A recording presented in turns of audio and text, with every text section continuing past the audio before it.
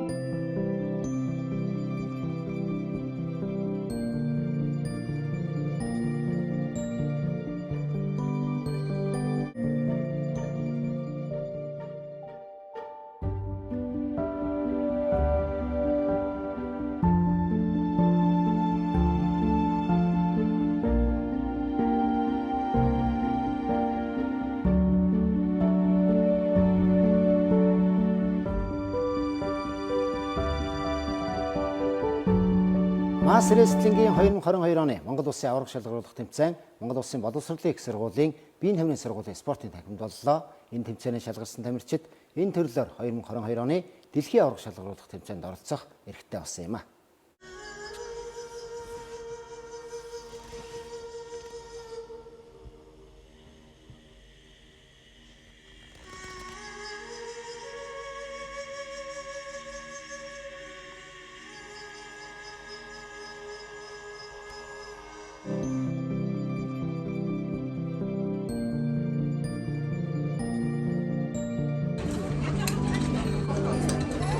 столице Монголии Улан-Баторе завершился чемпионат страны по масс-рестлингу.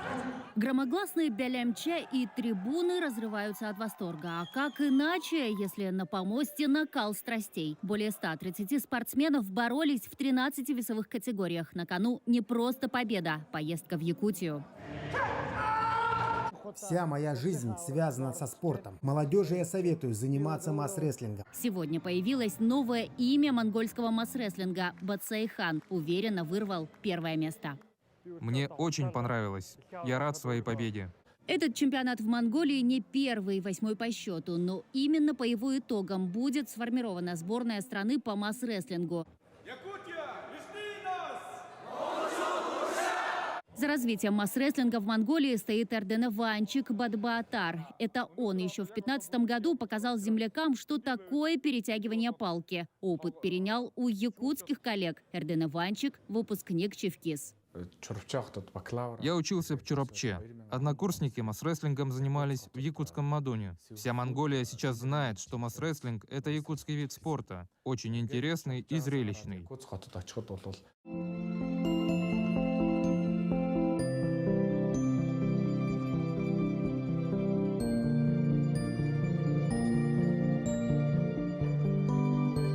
Аласарда оттunu мастын нарнамчи алумин дойду парчурапчи.